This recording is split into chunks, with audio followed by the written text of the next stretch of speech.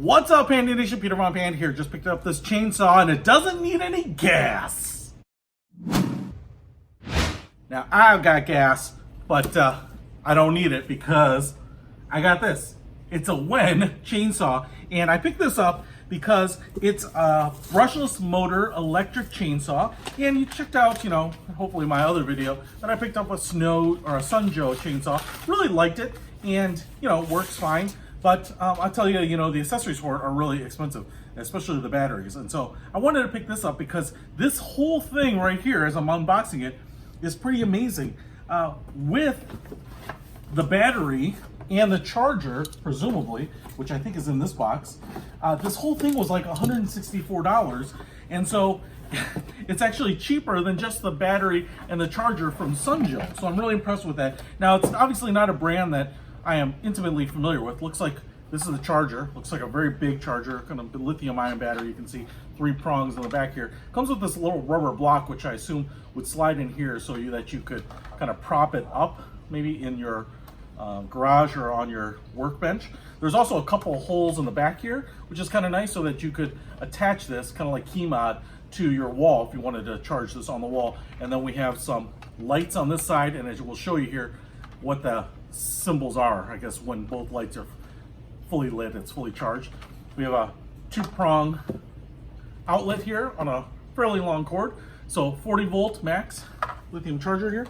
And like I said, to get a chainsaw with all the stuff that you need to run it for that kind of price is pretty amazing, especially considering that this is a 16-inch chainsaw. So as I was looking at chainsaws, I found that a lot of them are like the 10 and 12 inch, which is fine, and for most kind of suburban use, that's going to be more than enough. Comes with a cover here for covering up the blade, and then the chain itself. So there is a little bit of assembly required, but that length with the battery and the charger, and not just what we call a core tool without the battery and charger, I thought it was just a smoking deal, and so I had to try it out. And I definitely noticed that on at least the Amazon listing for it, there seemed to be a lot of reviews. So I think that this is selling very well, and the price point is really, I think, the deal sealer. You can see here we've got orange and black. It actually has like a Black+decker almost color scheme, although the orange on Black+decker tends to be more red. This is definitely more of a orange. Looks like on the front here we have an indicator of the battery charge. Looks like there's 4 dots here and then a little button. So if I press that, you can see how it lights up. So you can get the status of the battery at a glance, which is really nice. So 2 lights, this means it's about half charge. And then, like I said here, it'll slide right into this charger just like that. So we'll plug that in and make sure we get a full charge. And then here is the tool itself, which is pretty nice. I mean, it looks pretty good. Black plastic, but as you can see, it's pretty robust. And you can see here the triggers right here. We have a crossbar push button lockout. So you push that in and then pull that up, and now you'll be able to hold it down. A thing about this trigger I really like is how big it is. So you can definitely get 2 fingers on there, or 1 finger with work gloves on it. And then you have a nice big handle here.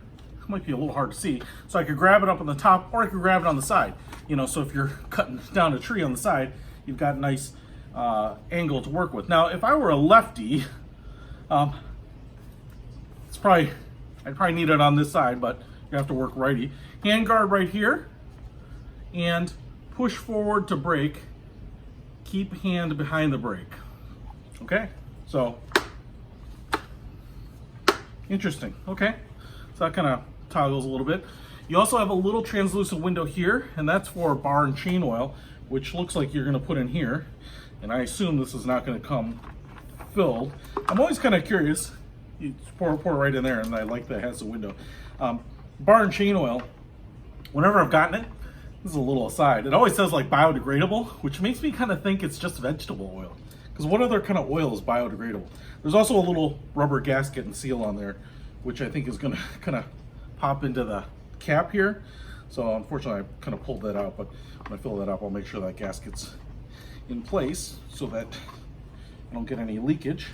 On the front here, you can see we have kind of the metal teeth here, so that when you're putting this up against a log and cutting into it, it'll kind of hold that in place. Now on this side is where we get kind of the important stuff here. This is the unlock for the panel, and you can see this little wheel there, and that's the tensioner. So when we put everything together, I'm assuming this will come out, and then this will come out, because we're gonna have to assemble the whole thing. Okay, so there we go.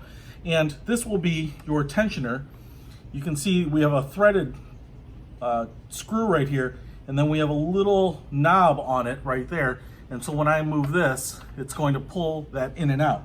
All right, and that's how we're going to adjust the tension. And then here is that geared wheel for driving the chain. So on a quick, hopefully correct assembly here, I'm going to take out the chain, which is probably oiled up a little bit. Pretty nice, I can feel how sharp it is. I'm gonna just put that down for a sec. I'm gonna take the Oregon double guard, low kickback chain guide, and I am going to assemble it by putting it on here. Now, what you can see is you've got the screw right here, and that's gonna go in this channel, and then that little tab, that detent right there, is gonna go into one of these holes. So I'm gonna put it on that hole so that it goes through. There we go. And now when I adjust that tensioner, it's going to move this whole bar in and out, and that's what's gonna put either more or less tension on the chain. So let me just see if I can finish this up here. Get all the little teeth in the channel, and then put that on there, and I'll put the teeth in that little geared wheel, and adjust the tension here, tensioner, get that detent where I need it.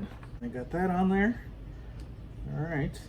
And when you're putting this on, I usually find that you want a little slack.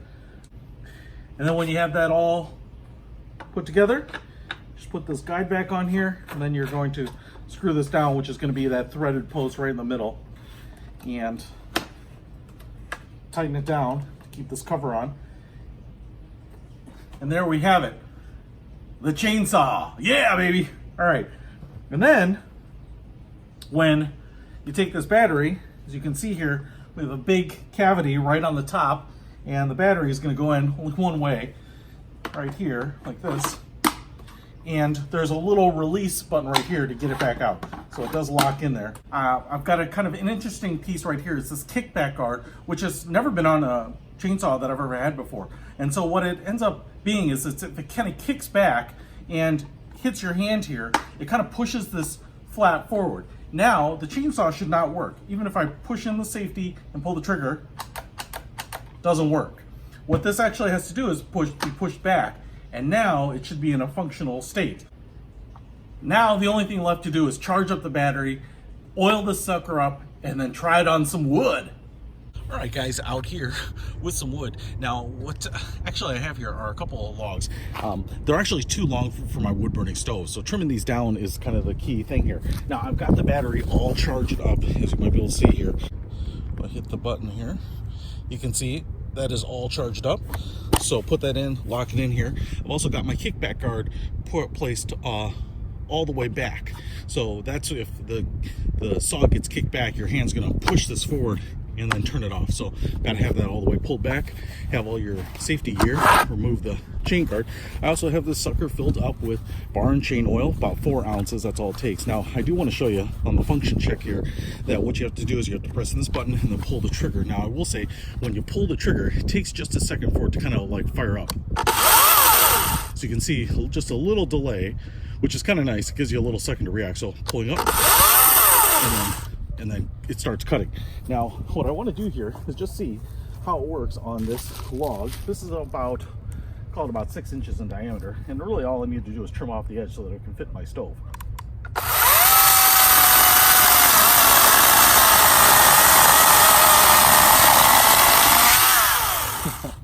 Wow, that is pretty awesome. Nice power. It's pretty quiet. I mean, it does make some noise, but compared to a gas chainsaw that's going to still be putting right now. That is quick work of that. You can see the long chain blade there is more than enough for this. I could actually probably cut down, you know, a decent sized tree or a full stump. So this is going to make quick work of it. I'd love to have a second battery, maybe buy another one of those so that I can always have one in the waiting area so that I can keep rolling on cutting without interruption. But man, I'm pretty impressed with this for $165. Like I said, charger, battery, and the tool itself. Nice and compact, seems pretty robust. I'm gonna be cutting down a lot of stuff with it. Check it out. I'll put a link to it in the description. Peter von Panda, out.